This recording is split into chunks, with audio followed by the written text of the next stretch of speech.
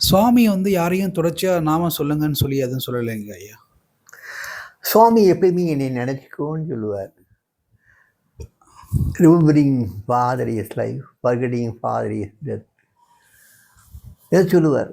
ஆனால் அந்த ஆனந்த உற்சாகத்தில், அந்த பரவசத்தில் வந்து சாமி தன் நாமத்தை சொல்லுவார், நாமத்தை சொல்லுவார். அந்த நாமத்தை சொல்லும்போது ஒரு பரவச நிலைமை ஏற்படும். அந்த பரவச நிலைமை தான் சாமிக்கு வேணும். அந்த பரவச நிலைமை வரந்தண்டியும் சாமி விடாமல் நாமத்தை சொல்லுவார்.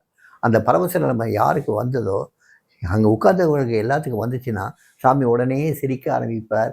சிரிச்சுட்டு அப்புறம் வந்து பேச ஆரம்பிப்பார். நாமத்தை சொல்கிறதுனால பரவசம் வரணும். நாமத்தை சொல்கிறதுனால அகங்காரம் வந்துச்சுன்னா அங்கே சாமி விடாமல் நாமத்தை சொல்லிகிட்டே இருக்க சொல்லுவார். விடாமல் சொல்லிகிட்டே தான் இருக்கணும். அந்த விடாமல் சொல்ல ஏதோ ஒரு சக்தி உங்களுக்குள்ளே ஃபார்ம் ஆகிடுச்சுன்னு உங்களுக்குள்ள ஒரு ஈகோ வந்துடும். கொஞ்ச நாள் அந்த ஈகோ வந்து ஸ்ட்ரென்தன் ஆகி உங்களுக்கு சில சக்திகள்லாம் இருக்கிறதா புலப்படும். அந்த சக்திகள் சேர்ந்த உடனே நீங்கள் சாமிகிட்ட வரதை விட்டுருவீங்க, சாமியே மறந்துடுவீங்க. அப்புறம் எங்கேயோ போவீங்க, உங்கள் சக்திகள்லாம் விரயம் பண்ணி முடிச்சுட்டு அதுக்கப்புறம் வெறும் ஆள் அனுப்பிங்க. அப்புறம் மறுபடியும் திருப்பி வருவீங்க. மறுபடியும் விட்ட இடத்துல வந்து தொடரணும்.